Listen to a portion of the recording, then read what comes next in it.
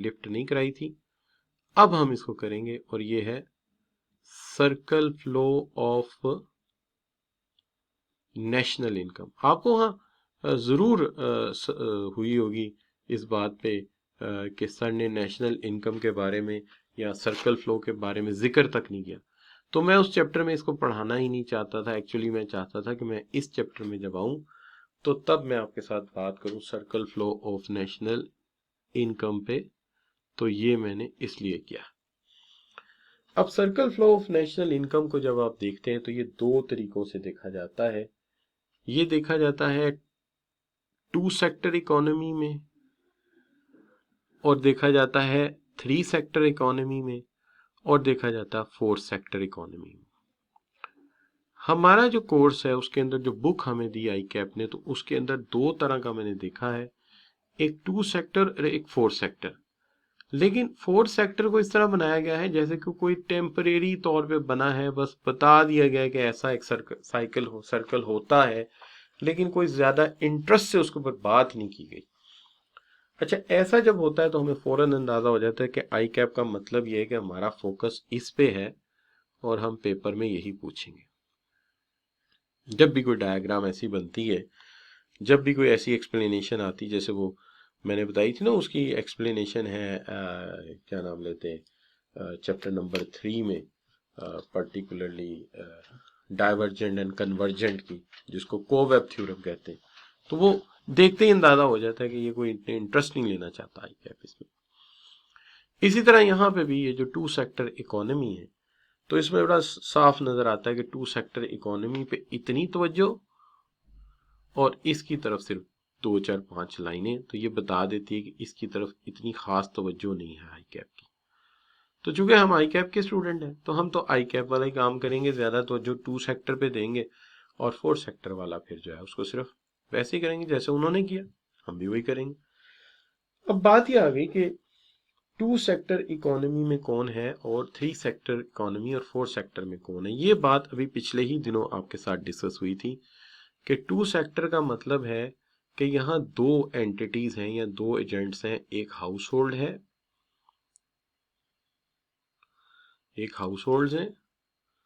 एक इसके अंदर बिजनेसेस हैं। ठीक हो गया ना बच्चों? तो जब ये दो हैं तो ये बन गया आपका टू सेक्टर, ये बन गया टू सेक्टर। लेकिन अगर इसके अंदर हमने मजीद एजेंट्स लाने होते तो हम गवर्नमेंट को भी ले आते और इसके साथ साथ हम फॉरेन बायर को भी ले आते या फॉरेन ट्रेड को भी ले आते। ठीक है जी। तो हमने क्या किया कि अभी हम इस पे बात नहीं कर रहे। अगर अगर गवर्नमेंट भी बीच में आ जाए तो फिर ये थ्री सेक्टर बन जाएगा, यानी ये जो है यहाँ से लेके यहाँ तक ये थ्री सेक्टर है और यहाँ से लेके यहाँ तक इसको ले जाएंगे तो ये फोर सेक्टर बन जाएगा। लेकिन हमारा जो ताल्लुक है वो फिलहाल टू सेक्टर के साथ है, फोर सेक्टर या थ्री सेक्टर को भी मैं नहीं देख रहा। तो जैसा कि आपने अभी सुना कि टू सेक्टर में एक तो हाउस होल्ड है और एक बिजनेसेस है, तो हम इन्हीं दोनों पे बेस करके एक जो है आपका बिजनेस साइकिल बना देते हैं। अब सवाल ये है कि ये जो बिजनेस साइकिल है इसमें दो एंटिटीज हैं। मैं दोनों ही एंटिटीज यहाँ पे रख देता हूँ आपके सामने। एक तो आपके हैं घराने, जिसको आप कहते हैं हाउस होल्ड्स, जिसको आप कहते हैं हाउस होल्ड्स। ठीक है जी। दूसरी तरफ है आपकी बिजनेसेस, जो कि आपके कारोबारी इदारे हैं। ठीक है जी। इनको आपने नाम दे दिया है कि ये इन्वेस्टिंग कर रहे हैं और बिजनेस के इदारे हैं, तो ये हमारे बिजनेसेस हैं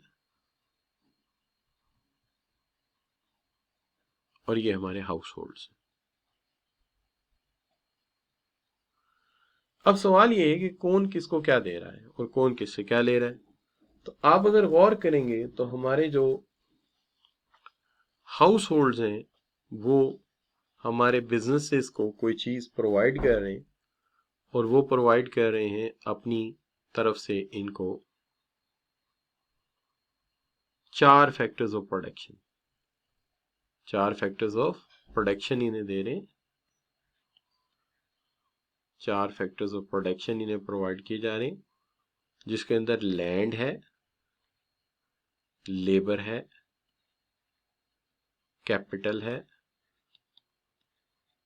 और चौथे वाला क्या था शाबाश बच्चों? हाँ, चौथे वाला था एंटरप्रेन्योरशिप। तो एंटरप्रेन्योरशिप ये जनाब हमारा चौथा फैक्टर है कि देखिए, मजदूर घर से चलता है फैक्ट्री जाता है, वर्कर घर से चलता है फैक्ट्री जाता है, जिस जगह पे ऑफिस बनता है, कोई चीज बनती है, अक्सर हाउस होल्ड नहीं खरीदी होती है, जो लोग घरों में रहते हैं उन्होंने खरीदी होती है ना, तो वो बिजनेस को देते हैं और उससे रेंट लेते हैं। इसी तरह बिजनेसेस घराने सेविंग करके कारोबारों को प्रोवाइड करते हैं, कैपिटल फॉर्मेशन में आपने सुना था। और इसी तरह जितने भी कारोबारी हजरात हैं वो घरों से निकलते हैं और अपने कारोबार पे जाते हैं। इस लिहाज से देखा जाए तो ये 4 फैक्टर यहाँ से आ जाते हैं, और बिजनेसेस इन चारों फैक्टर्स को इसके बदले में, बिजनेसेस हैं इन चारों सेक्टर्स को इसके बदले में जो प्रोवाइड करते हैं, वो प्रोवाइड करते हैं इनको, शाबाश, वो इन्हें प्रोवाइड करते हैं इनके रिवार्ड्स। ठीक है जी, वो इनके रिवार्ड्स इन्हें प्रोवाइड करते हैं, और ये जो रिवार्ड्स हैं इसको हम कहते हैं, ये इनके रेंट हैं, ये इनकी वेजेस एंड सैलरीज हैं। ठीक है जी, ये इनके कैपिटल का इंटरेस्ट है, और ये इनके लिए एंटरप्रेन्योर के लिए प्रॉफिट है। ये 4 चीजें हैं, यानी उन्होंने इन्हें फैक्टर्स ऑफ प्रोडक्शन प्रोवाइड किए, और इन्होंने उन्हें रेंट, वेजेस, सैलरीज और उसके साथ साथ इंटरेस्ट और प्रॉफिट प्रोवाइड किया। अब अगर आप देखें तो जो चीजें प्रोवाइड की गई हैं बिजनेसेस को, उन्होंने भी उन्हें जो है वो इसी तरह नहीं रहने दिया, उन्होंने इसे कन्वर्ट करके वापस कर दिया घरानों को, और इसको कन्वर्ट करके दिया है उन्होंने गुड्स एंड सर्विसेज में। तो उन्होंने इसे कन्वर्ट करके दिया किसमें? शाबाश, they have converted it into goods and services. तो उन्होंने इन्हें गुड एंड सर्विसेज में कन्वर्ट करके दे दिया। अब घरानों ने जो पैसे कमाए थे फैक्टर्स ऑफ प्रोडक्शन प्रोवाइड करके, उन्होंने वही पैसे निकाले और दे दिए बिजनेसेस को एज अ पेमेंट अगेंस्ट या reward against goods and services. तो गुड्स एंड सर्विसेज के अगेंस्ट उन्होंने इन्हें रिवॉर्ड दे दिया। अब ये जो ब्लैक में साइकिल है, ये देखें तो ये हमारा मनी का साइकिल है, पैसों का साइकिल है, और ये जो हमारा ब्लू में साइकिल है, अगर इसे हम गौर करें तो ये हमारा रियल सेक्टर है, या ये हमारा रियल सेक्टर है। रियल सेक्टर में एक तरफ से फैक्टर्स ऑफ प्रोडक्शन आ रहे हैं और वो कन्वर्ट हो रहे हैं गुड्स एंड सर्विसेज में, और ब्लैक वाली लाइन को देखें तो पैसा चलता है बिजनेसेस से, जाता है हाउस होल्ड के पास, और हाउस होल्ड वो उस पैसे को खर्च कर देता है गुड्स एंड सर्विसेज पे, और वो पैसा चला जाता है बिजनेसेस को वापस। इस तरह ये 2 साइकिल्स। ठीक होगी बात? तो अगर आप इस चीज को देखते हो तो आप एक नतीजे पे पहुंचोगे कि सर, अगर सारे पैसे ही एक जगह से खर्च हो जाते हैं, तो जितने पैसे हम कमाते हैं लैंड, लेबर, कैपिटल और एंटरप्रेन्योरशिप से, अगर वो सारे ही खर्च हो जाते हैं, तो फिर तो बड़ी आइडियल कंडीशन है। हम ये कह सकते हैं कि नेशनल इनकम बराबर होती है, किसी भी कौम की नेशनल इनकम बराबर होती है उसके नेशनल एक्सपेंडिचर्स जो वो गुड्स एंड सर्विसेज पे करते हैं। ठीक है जी, नेशनल एक्सपेंडिचर्स वो गुड्स एंड सर्विसेज पे करते हैं, और जो वो value of the net output के जो वो नेट आउटपुट बनाते हैं उसके बिल्कुल बराबर होते हैं। इसमें कोई शक की बात नहीं कि जितनी वो आउटपुट प्रोड्यूस करते हैं उसकी वर्थ और हमारे कौम के खर्चात बराबर होते हैं। एक तरफ हम गुड्स एंड सर्विसेज पे एक्सपेंडिचर कर रहे हैं और दूसरी तरफ हम नेट वर्थ ऑफ आउटपुट को भी असेस कर रहे हैं, तो ये दोनों चीजें इक्वलेंट होती हैं। लिहाजा यहां तक हमारी बात जो है वो क्लियर होगी। ग्रीन वाला रिपीट कर देते हैं कि देखिए, एक तरफ हमने गुड्स एंड सर्विसेज का जो है मुआवजा अदा किया, ये मुआवजा अदा किया जी हमने, ठीक है, ये मुआवजा हमने अदा किया, ठीक है। तो ये मुआवजा हमने उतना ही अदा किया ना जितने की गुड्स एंड सर्विसेज थी। इसका मतलब गुड्स एंड सर्विसेज आउटपुट की वर्थ, और दूसरी तरफ हमारे एक्सपेंडिचर जो हमने किए हैं वो दोनों बराबर हैं, वो दोनों बराबर है। यानी गुड्स एंड सर्विसेज की value, net worth of output, goods and services की वैल्यू और हमने जो एक्सपेंडिचर किए हैं वो सारे आपस में बराबर है, और वही हमारी नेशनल इनकम है। क्लियर बच्चों?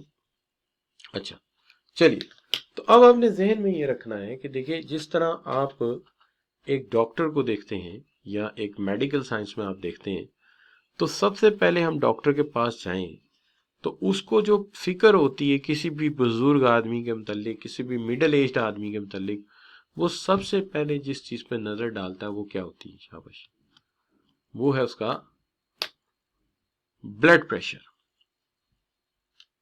क्यों? देखिए, ब्लड क्या काम करता है, कभी आपने सोचा है ब्लड क्या काम करता है? ब्लड जो है हमारे जिस्म से एक जगह से एनर्जी लेता है और अपने अंदर मिक्स कर लेता है, क्या, जिसको आप ग्लूकोज कहते हैं, और वो ग्लूकोज और ऑक्सीजन लेके सेल्स के पास जाता है और उन्हें प्रोवाइड करता है। ऐसा ही है ना? अगर आप कॉन्सेप्चुअली समझे तो ये कॉन्सेप्ट बनता है ना कि ब्लड ऑक्सीजन और एनर्जी लेकर निकलता है गालिबन लीवर से, और उसको लेके पहुंचता है हर सेल के पास, ठीक है जी। तो ये क्या है? ये ब्लड फ्लो करता है। अगर आप गौर करें तो यहाँ पे ये जो ब्लैक कलर है ये हमारा ब्लड है, क्योंकि खून सफेद हो गया आजकल, लेकिन हमारा खून काला, इधर काला पड़ा हुआ इकोनॉमिक्स में, कि जब पैसा इधर से इधर जाता है तो लैंड, लेबर और कैपिटल एंटरप्रेन्योरशिप पहुंचा देता है बिजनेसेस को, और जब पैसा घरों से जाता है बिजनेसेस की तरफ तो गुड्स एंड सर्विसेज प्रोवाइड कर जाता है घरों को। तो यहां पे भी वही कॉन्सेप्ट है कि पैसा सर्कुलेट करता रहेगा, बिजनेसेस को लैंड, लेबर और कैपिटल एंटरप्रेन्योरशिप मिलती रहेगी, और घरानों को जो है वो गुड्स एंड सर्विसेज मिलती रहेगी। तो ये पूरा साइकिल है कि हमारा पैसा एक तरफ गुड्स एंड सर्विसेज को खरीदने का बाइस बनता है, पहुंचाने का बाइस बनता है, और दूसरी तरफ हमारा पैसा जो है वो फैक्टर्स ऑफ प्रोडक्शन को खरीदने के काम आता है। और ये अगर साइकिल स्ट्रांग होता रहे, चलता रहे, चलता रहे, चलता रहे, तो हमारी इकोनॉमी भी स्ट्रांग है, और अगर ये साइकिल रुक गया तो हमारी इकोनॉमी भी कमजोर हो जाएगी। तो जो हैसियत ब्लड की है इन बॉडी, वो हैसियत पैसे की है इकोनॉमी में। तो इकोनॉमी में money flow is blood pressure. Economy का मनी फ्लो जो है ब्लड प्रेशर है, और हम इसका ब्लड प्रेशर चेक भी करते हैं। आमतौर पे उसको आप ब्लड प्रेशर कहते हो ना, ब्लड को, हम इसे वेलोसिटी ऑफ मनी कहते हैं, हम इसे वेलोसिटी ऑफ मनी कहते हैं कि पैसा कैसे सर्कुलेट होता है। और ये कॉन्सेप्ट जाके मैं आपको पढ़ाऊंगा चैप्टर नंबर 11 में। चैप्टर 11 में मैं आपको बताऊंगा कि वहां ब्लड प्रेशर चेक होता है, तो यहाँ मनी की वेलोसिटी चेक होती है कि कितनी तेजी से ये फ्लो कर रहा है। तो ये हमारी लाइफ है इकोनॉमी की, हमारी लाइफ लाइन है इकोनॉमी की, क्या? ब्लड, मनी, कि मनी सर्कुलेट करेगा तो पैसा सर्कुलेट करेगा। अब यहाँ पे कुछ चीजें ऐसी हैं जिसके मुतालिक बताना जरूरी है कि फिर हमारी कोशिश ही होनी चाहिए कि ये जो मनी है ये हमारी इकोनॉमी से निकले ना। लेकिन हमें इकोनॉमिस्ट ने बताया है कि इकोनॉमी कमजोर भी हो सकती है और ताकतवर भी हो सकती है। तो हम कहते हैं कि इकोनॉमी ताकतवर कैसे हो सकती है? तो वो कहते हैं, देखें जी, इकोनॉमी ताकतवर हो सकती है अगर आप इसको इंजेक्शन लगाएं ताकत के। तो हम उनसे पूछते हैं, अच्छा जी, ताकत के इंजेक्शन क्या है? तो वो कहते हैं, ताकत के इंजेक्शन इसके जो है वो 3 तरह के हैं। हम पूछते हैं, अच्छा चलो बताओ जी कि ये इंजेक्शन कौन से वाले हैं, हम भी लगवा लें, हमारी भी इकोनॉमी अच्छी हो जाए। तो हम कहते हैं अच्छा जी बताएं जी कौन कौन से इंजेक्शन लगाएं कि हमारी इकोनॉमी बेहतर हो जाए। वो कहते हैं जी देखें, एक तो इंजेक्शन मिलता है मुख्तलिफ मुल्कों से इन्वेस्टमेंट। आपकी इकोनॉमी में इन्वेस्टमेंट बढ़ जाए तो इन्वेस्टमेंट बढ़ेगी तो ज्यादा टूल्स एंड इक्विपमेंट आएंगे, कैपिटल फॉर्मेशन, तो आपकी इकोनॉमी में मनी बढ़ जाएगा। एक तो इन्वेस्टमेंट, या तो ये प्राइवेट लोग करें, या तो ये प्राइवेट लोग करें, या ये बाहर से आने वाले लोग करें, तो ये प्राइवेट इन्वेस्टमेंट हो गई। लेकिन हम जब किसी एक्सपर्ट के पास जाते हैं वो नहीं सोचता कि यार ये तो टू सेक्टर इकोनॉमी की बात कर रहे हैं, वो तो अपनी पूरी बात करेगा ना। वो कहता है जी एक तो ये कि आप इन्वेस्टमेंट कर लें, दूसरा ये हो सकता है कि गवर्नमेंट इन्वेस्टमेंट करे।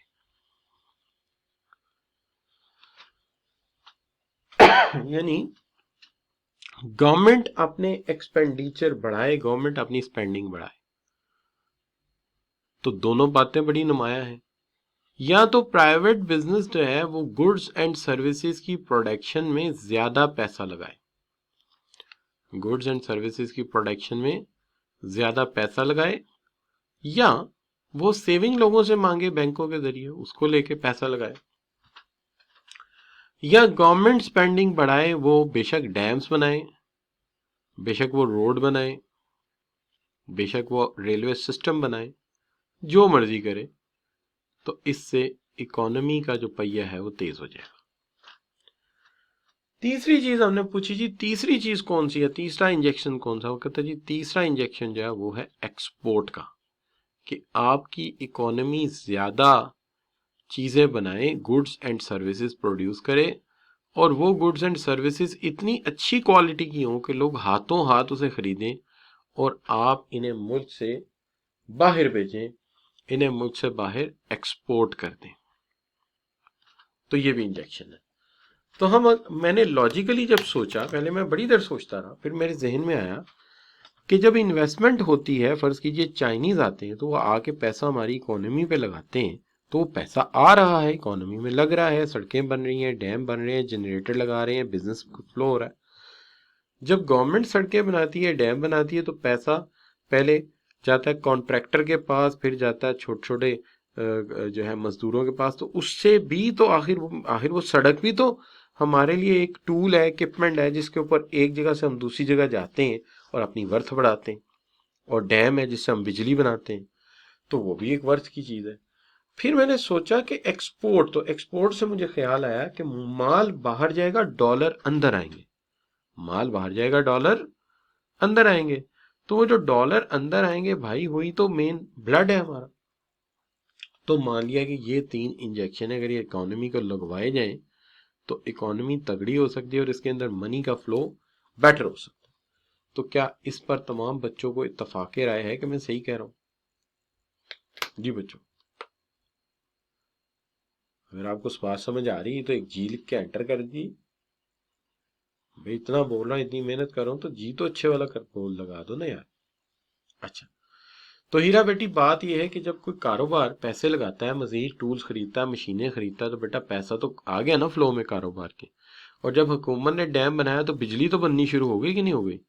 और इसके साथ साथ हमने जो एक्सपोर्ट की है उससे भी तो पैसा मुल्क में आएगा, वो भी कारोबार पे लगेगा। जैसे सियालकोट वाले स्पोर्ट्स का सामान भेज दें, वजीराबाद वाले सर्जिकल इंस्ट्रूमेंट एक्सपोर्ट कर दें, तो पैसा तो आ गया ना मुल्क में, और उससे वो और टूल्स और मशीनें लगाएंगे, तो इस तरह कारोबारी दुनिया में फ्लो होगा। तो हाफिज साहब, हर बीमारी के इलाज की जो दवाई है उसके साथ उसके साइड इफेक्ट्स हैं, इसी तरह यहाँ पे भी। ये तो मैंने इसलिए पूछा चूंकि मेरा पाकिस्तान में एक कीन इंटरेस्ट है कि इसमें कैसे किया जाए, लेकिन खतरे भी तो होते हैं ना, कि पैसा लीक भी तो हो जाता है, पैसा निकल भी तो जाता है। इसको हम कहते हैं ये है विड्रॉल। क्या जी? विड्रॉल। विड्रॉल का मतलब यह है कि इससे ब्लड निकाल के किसी और को लगा दिया आपने, इसका पैसा निकाल के किसी और को लगा दिया। वो कैसे?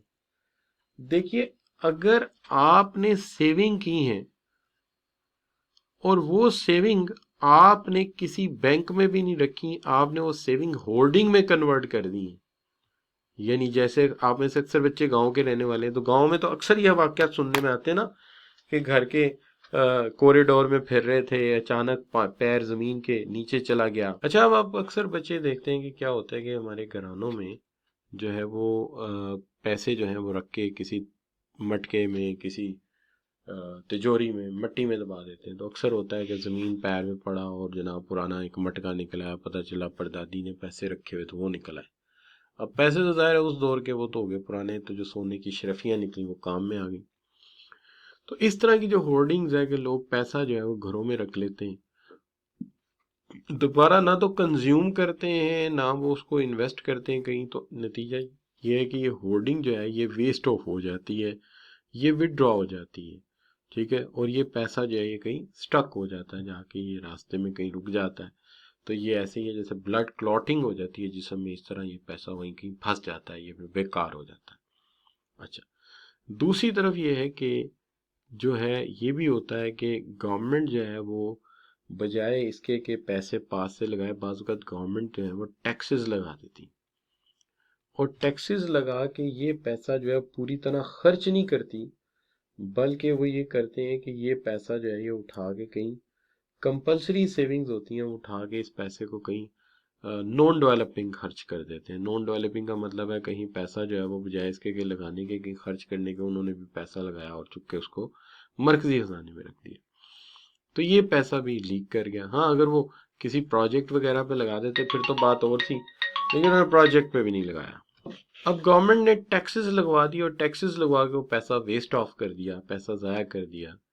ठीक है जी, पैसा वेस्ट ऑफ कर दिया, तो ये भी तो लीकेज हो गया ना, कि पैसा लेके भगा दिए, जो भी कर दिया, तो पैसा वेस्ट ऑफ हो गया। ये भी आपके जिस्म से तो ब्लड निकल गया, आप हमारे जिस्म का सेविंग तो निकल गया हमारी इकोनॉमी का, या हमारी इकोनॉमी का पैसा तो निकल गया।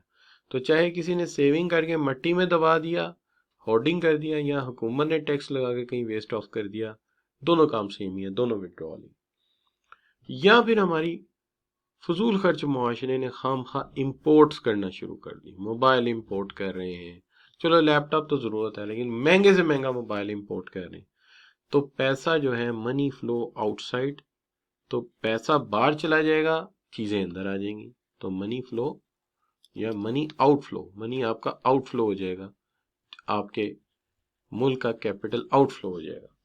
तो ये तीनों चीजें जो विड्रॉल है, इसका मतलब सेविंग, टैक्सेस ज्यादा बहुत ज्यादा लगा के पैसा जाया कर देना, और इंपोर्ट, ये तीन चीजें नुकसान करती हैं, जबकि इन्वेस्टमेंट, गवर्नमेंट एक्सपेंडिचर और एक्सपोर्ट जो है ये हमारे मुल्क को ब्लड देती है। तो ये हमारी पॉजिटिव्स हैं, अगर ये होंगे तो हमारे मुल्क में इंजेक्ट होगा, और ये होंगे तो हमारे मुल्क से सरमाया निकल जाएगा, वेस्ट ऑफ हो जाएगा। लिहाजा हमारी कोशिश यही होती है कि पैसे को ज़ाया होने से बचाए। एक बात तो, दूसरा इसके अंदर जो है वो तीन अहम बातें हैं जिनका ख्याल रखना है हमें। वो क्या है? तीन बातों में से पहली बात यह है कि हमेशा याद रखना है कि number one, difference of saving and investment, saving और इन्वेस्टमेंट का फर्क, difference of saving and investment, कि जहां पे हमारी सेविंग और इन्वेस्टमेंट आपस में बराबर होंगे, that is the ideal stage. जितना पैसा बचाएं सारा इन्वेस्ट कर दें, बैंकों पे लगा दें, तो हम एक तवाज़नी कंडीशन पे आ जाएंगे। दूसरी तरफ हमारा जो डिफरेंस आएगा, difference of taxes and government expenditure, ये भी हमारा लीकेज बनेगा। लिहाजा इसमें भी अगर सेविंग, टैक्सेस और दूसरी तरफ इन्वेस्टमेंट एंड गवर्नमेंट एक्सपेंडिचर अगर ये भी बराबर हो जाए, तो हम एक आइडियल सिचुएशन पे आ जाते हैं। यानी हमारी आइडियल सिचुएशन सेविंग और इन्वेस्टमेंट का बराबर होना है, या सेविंग टैक्सेस के साथ और इन्वेस्टमेंट गवर्नमेंट के साथ मिला के दोनों को इक्वेट होना चाहिए। तो फिर इसका ये होगा कि जी आपने जितनी सेविंग की उतना पैसा आपने बिजनेस में इन्वेस्ट कर दिया।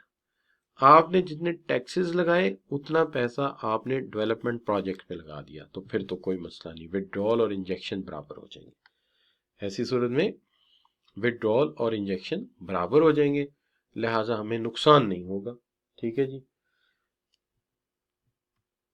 दूसरी चीज यह है कि तीसरी चीज यह है कि इंपोर्ट्स तो होनी है। दुनिया का कोई मुल्क ऐसा नहीं है जो टेक्नोलॉजी के एक जमाने में चाइना जो है वो फूड बहुत एक्सपोर्ट करता था, आज भी करता है कुछ चीजें, लेकिन तब वो गुड्स एक्सपोर्ट करनी शुरू की जब, तो अब गुड्स एक्सपोर्ट करता है, फूड इंपोर्ट करना पड़ता है। तो दुनिया के सारे मुल्क एक तरफ तवज्जो देते हैं तो दूसरी तरफ वो चीज जो है इंपोर्ट करनी पड़ती है। कोई मुल्क भी मुकम्मल खुद इंसार मुश्किल से ही होता है। लिहाजा difference of import and export भी जो है वो भी नहीं होना चाहिए, difference of import and export. लिहाजा एक सेंस में देखा जाए तो इकोनॉमी के लिए बहुत अच्छा है अगर saving, investment, saving, taxes and imports, imports को हम एम से डिनोट करते हैं, एक्सपोर्ट को एक्स से, और दूसरी तरफ जो है investment, government expenditure and exports बराबर हो जाए, तो ये भी हमारे लिए अच्छा है कि हमारा बैलेंस ऑफ पेमेंट फेवरेबल हो जाएगा। यानी जितनी आपने इंपोर्ट की उतनी आपने एक्सपोर्ट कर दी, तो लिहाजा अगर कोई विड्रॉल हुआ भी था तो उतने का इंजेक्शन लग गया। तो लिहाजा इस तरह इकोनॉमी स्टेबल कंडीशन में आ सकती है। ठीक है जी। तो ये इसके लिए आइडियल कंडीशन हो सकती है कि विड्रॉल और इंजेक्शन बराबर हो जाए। लेकिन अगर बिल फर्ज किसी इकोनॉमी में जो है वो सेविंग ज्यादा हो जाती है इन्वेस्टमेंट से, ठीक है जी, सेविंग ज्यादा हो जाती है इन्वेस्टमेंट से, तो इकोनॉमी डिक्लाइन करेगी, इकोनॉमी डिक्लाइन करेगी। और अगर इन्वेस्टमेंट ज्यादा हो जाती है सेविंग से तो इकोनॉमी ग्रो करेगी। इसी तरह अगर सेविंग और टैक्सेस मिलाकर ये ज्यादा हो जाते हैं, टैक्सेस और सेविंग, इन्वेस्टमेंट और गवर्नमेंट एक्सपेंडिचर से, तो इकोनॉमी डिक्लाइन करेगी। लेकिन अगर फर्ज कीजिए सेविंग और टैक्सेस से गवर्नमेंट के अखराजात और इन्वेस्टमेंट ज्यादा हो जाते हैं तो फिर इकोनॉमी ग्रो करेगी। इसी तरह अगर सेविंग, टैक्स और इंपोर्ट ज्यादा है, इन्वेस्टमेंट, गवर्नमेंट एक्सपेंडिचर और एक्सपोर्ट से, तो इकोनॉमी डिक्लाइन करेगी। लेकिन अगर सेविंग, टैक्सेस, इंपोर्ट्स कम है, इन्वेस्टमेंट और गवर्नमेंट एक्सपेंडिचर ज्यादा है, तो इकोनॉमी ग्रो करेगी। लेकिन इसमें सबसे ज्यादा जरूरी बात जो हमें डिस्कस करेंगे आगे चल के वो ये होगी, इन्वेस्टमेंट और सेविंग इक्वल होने चाहिए, सेविंग कभी भी इन्वेस्टमेंट से ज्यादा नहीं होनी चाहिए, और इन्वेस्टमेंट सेविंग से ज्यादा हो तो अच्छी बात है, इकोनॉमी ग्रो करेगी।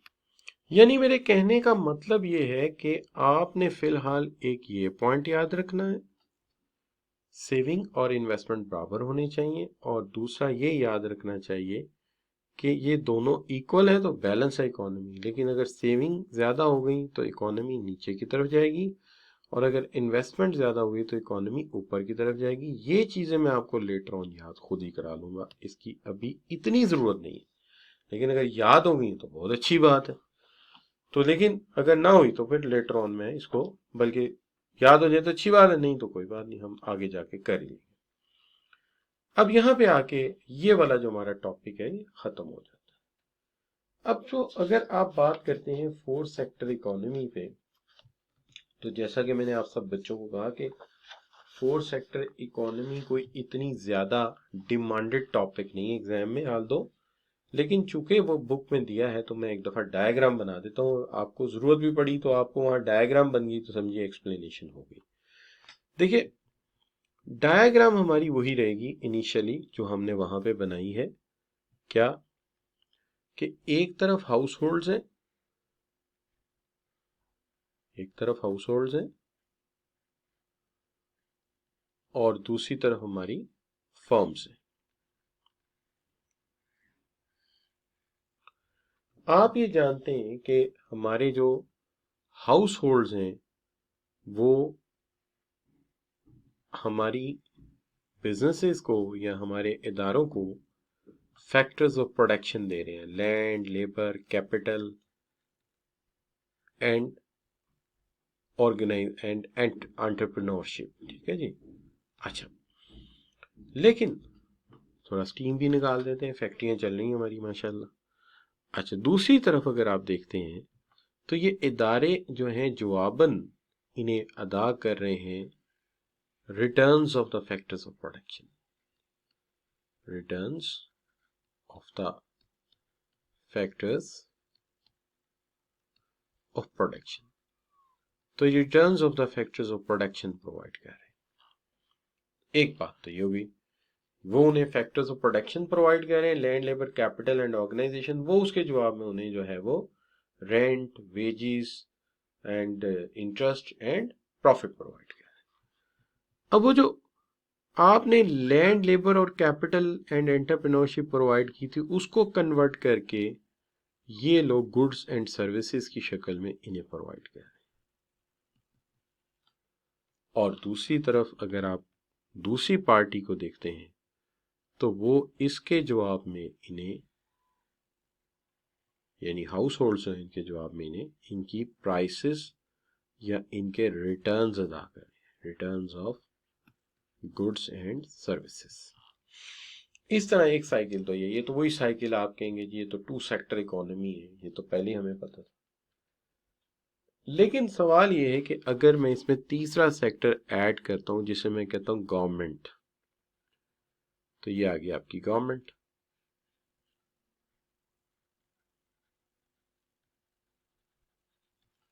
अब गवर्नमेंट जो है क्या ले रही है और क्या दे रही है, ये बात जानने की है ना जी। तो गवर्नमेंट जो है वो हमारे घरानों से यानी हमारी सैलरीज वगैरह से टैक्सेस लेती है, आपको तो पता है, क्योंकि गवर्नमेंट तो कहती है जी जो कमाया उस पर हमने पैसे लेने हैं। तो गवर्नमेंट इसकी इसमें से हमसे टैक्सेस ले रही है और वो कुछ दे भी रही है, ये नहीं कि दे नहीं रही, हाँ दे थोड़ा रही है लेकिन दे तो रही है। बहरहाल वो हमें क्या दे रही है, हमें इसके जवाब में वो ज्यादातर अगर आप कहेंगे तो कुछ लोगों को ट्रांसफर ऑफ पेमेंट्स कर रहे हैं, जैसे कि गरीब लोगों को बेनजीर स्कीम से पैसे आ जाते हैं, तो ये ट्रांसफर ऑफ पेमेंट ही है ना। यानी अगर देखा जाए तो ये जो अनएम्प्लॉयमेंट अलाउंस इन लोगों को मिल रहा है ये इसके बदले में दे तो कुछ नहीं रहे, तो जब कुछ ना दे रहे हो तो ये ट्रांसफर ऑफ पेमेंट हो गई ना। ट्रांसफर ऑफ पेमेंट आमतौर पे एक्सचेंज ये होता है मैं आपको ग्लास दे के पैसे ले लूं, पेन दे के पैसे ले लूं। लेकिन अगर खाली पैसे दिए जा रहे हैं, जैसे कोई बोनस दिया जा रहा है या जैसे कोई आपको अनएम्प्लॉयमेंट अलाउंस दिया जा रहा है, तो वो जो है वो ट्रांसफर ऑफ पेमेंट है आपकी। ठीक है ना। तो ये ट्रांसफर ऑफ पेमेंट दे रहे हैं आपको, ठीक है, हैंडीकैप अलाउंस दे रहे हैं, बाकी चीज़ें दे रहे हैं, कोई वेलफेयर के लिए लोगों को पैसे वगैरह देते हैं गरीबों को, तो ये प्रोवाइड करते हैं। या सरकारी मुलाजमीन हो तो उनको वो सैलरी भी दे देते हैं। अब रही बात ये कि जहां तक ताल्लुक है, अच्छा जी बच्चों, अब अगर आप देखें तो एक तरफ आपको ये नजर आ रहा है कि टैक्सेस जा रहे हैं हुकूमत की तरफ और हुकूमत जो है वो ट्रांसफर ऑफ पेमेंट्स दे रही है हाउस होल्ड्स को।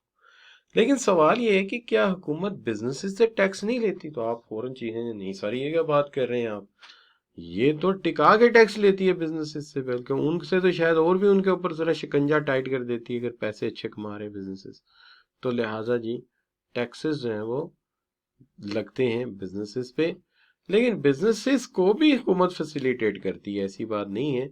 बास मटेरियल सब्सिडाइज रेट पे दे देती है, जैसे अक्सर फार्म हाउस के लिए जो है या फार्मर्स के लिए जो है वो सब्सिडीज दे दी जाती हैं, यानी उनको सस्ते रेट पे खाद, गंदम के लिए बीज और इस तरह की चीज़ें दे दी जाती, या उन्हें कोई और फैसिलिटीज दे दी जाती, इसके अंदर रिबेट्स वगैरह दी जाती, इस तरह मुख्तलिफ किस्म के जो उनको भी सहूलियात दी जाती।